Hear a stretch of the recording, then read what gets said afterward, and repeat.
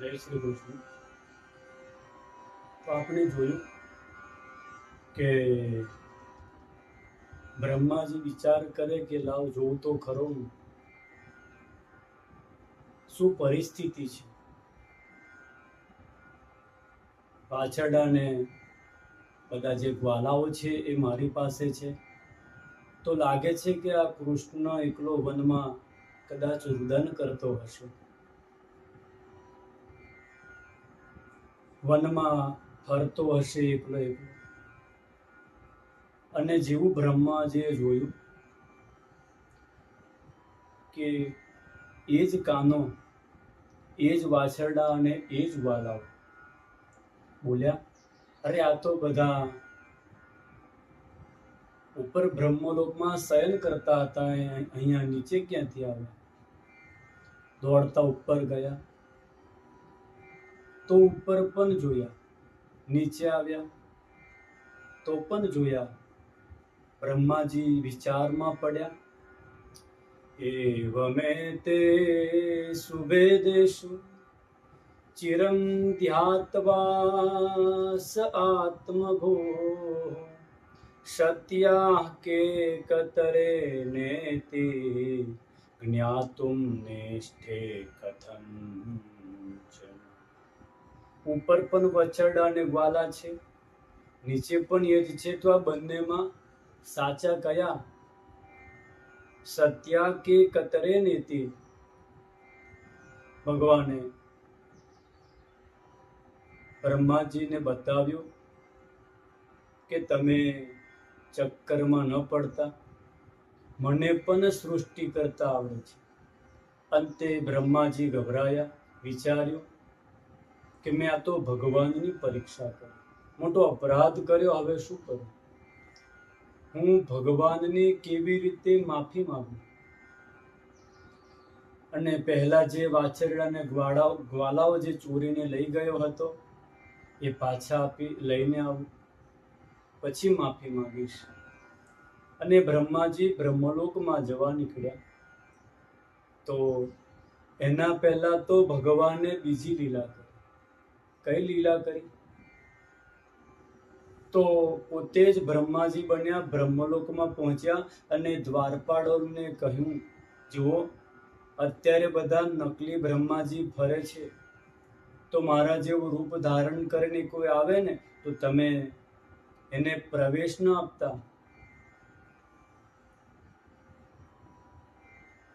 બ્રહ્માજીએ જો પ્રવેશ આપતા નહીં, એમને ધક્કા મારીને અહીંથી બહાર કાઢો. દ્વારપાળો કહે, ભલે પ્રભુ. અને સાવધાન થઈને ઉભા રહ્યા. ભગવાન જઈને અંદર બ્રહ્માજીના સિંહાસન પર જઈને બેઠા. હવે અસલી જે બ્રહ્માજી છે એ ચિંતાતુર થયેલા છે. બ્રહ્મલોકમાં પ્રવેશ કરવા જાય તો દ્વારપાળોએ તરત જ ઉભા રાખ્યા. કહ્યું, અરે દાદા ક્યાં જાઓ છો? બ્રહ્માજી કહે, શું મને ઓળખતા નથી તમે? તમે તમારા માલિકને ઓળખતા નથી? દ્વારપાળો કહે, તમે વધારે વાતો ન કરો, તમારા જેવા બહુરૂપિયા તો બહુ જોયા. અમારા મહારાજ તો ક્યારના અંદર આવીને બેઠા. તમે તો બ્રહ્માજીનો વેશ ધારણ કરીને પોતાને જ બ્રહ્મા માનવા લાગ્યા છો. અરે હમણાં એવો ધક્કો મારીશું ને તો નીચે પડો. અમારા માલિકે અમને પહેલેથી જ બધું સમજાવેલું છે. અમે કોઈ તમારી વાતમાં ભોળવાવાના નથી. બ્રહ્માજી ગભરાયા કે અહીં પણ કોક આવીને બેઠું છે. હવે એવું ના થાય કે મારી આસન જ ચાલ્યું જાય, મારું સિંહાસન જ ચાલ્યું જાય. ધ્યાન લગાવીને બ્રહ્માજીએ જોયું, અરે કોણ છે અંદર? તો ભગવાન પ્રગટ થઈને કહે કે બ્રહ્માજી કેવું લાગ્યું?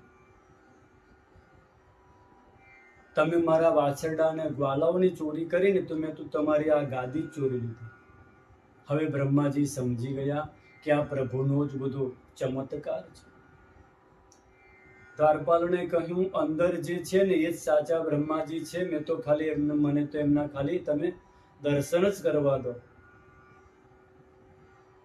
બહુ મોટી કૃપા થશે. દ્વારપાલો કહે, તો આવું કહો ને કે દર્શન કરવા આવે છું, તમે તો પોતાને જ બ્રહ્મા માનવા લાગ્યા. ઉભા રહો, હમણાં પૂછીને આવીએ છીએ મારે. દ્વારપાળ અંદર ગયા, કહ્યું કે પ્રભુ બહાર એક બહુરૂપિયો આવે છે. એ તો સારું કર્યું કે તમે બધી વાત પહેલેથી એમને કહી દીધી, નહીં તો અમે તો ચક્કરમાં જ પડી જાત. અને સાંભળો પ્રભુ, એ તમારી દર્શનની ઈચ્છા રાખે છે. તમે કહો તો દર્શન કરવા લઈ આવો. ભગવાન કહે, ભલે લઈ આવો. દ્વારપાળો બહાર આવી બ્રહ્માજીને કહે, ચાલો આજ્ઞા મળી છે. અને જેવા અંદર આવ્યા તો સિંહાસન ખાલી, ભગવાન ત્યાંથી અદ્રશ્ય થઈ. હવે બ્રહ્માજીને લાગ્યું કે ભગવાન ખરેખર મારાથી વિસાયેલા છે, માટે મારે એમની ક્ષમા માંગવી પડશે. અને તરત જ બધા ગ્વાલાઓ અને વાછરડાઓને લઈ અને વૃંદાવન તરફ દોડવા લાગ્યા. અને ભગવાને જેવા અસલી વાછરડા અને ગ્વાલાઓ આવતા જોયા, તો જે નકલી એટલે કે જે સર્જન કરેલા હતા એ બધાને જ ભગવાને અદૃશ્ય કર્યા. બ્રહ્માજીએ અસલી વાછરડા અને ગ્વાલાઓ ભગવાનને અર્પણ કર્યા, પ્રણામ કર્યા. અને ભગવાનની પાસે પ્રણામ કરી, મસ્તક નીચું કરી અને ભગવાનની ઉત્તમ સ્તુતિ કરી. આ ભાગવતજીમાં બ્રહ્માજીની ઉત્તમ સ્તુતિ છે. એ 40 શ્લોકમાં સ્તુતિ છે.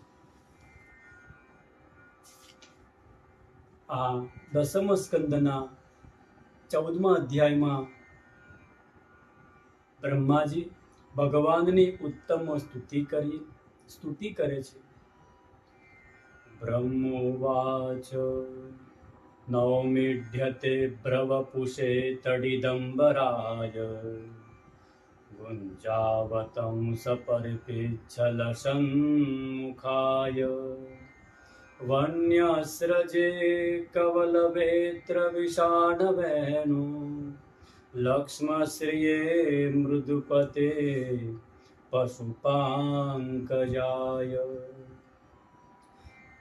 અસ્યાપી દેવ વપુષો મદનુગ્રહસ્ય સ્વેચ્છામયસ્ય ન તુ ભૂતભયસ્ય કોપી નેસે મહી ત્વવસિતું મનસાંતરેણ સાક્ષાત ત્વૈવ કિમુતાત્મસુખાનુભૂતે શ્રેયશ્રુતિં ભક્તિમુદસ્યતે વિભો ક્લિશ્યન્તિ તે યે કેવલબોધલબ્ધયે તેષામસૌ ક્લેશલ એવ શિષ્યતે નાન્યદ્યથા સ્થૂલતુષાવઘાતિ. આમ બ્રહ્માજી ભગવાનની 40 શ્લોકમાં ઉત્તમ સ્તુતિ કરે. એ આપણી સ્તુતિના ભાવ એ આપણે આગળ શ્રવણ કરીએ. જય શ્રી કૃષ્ણ.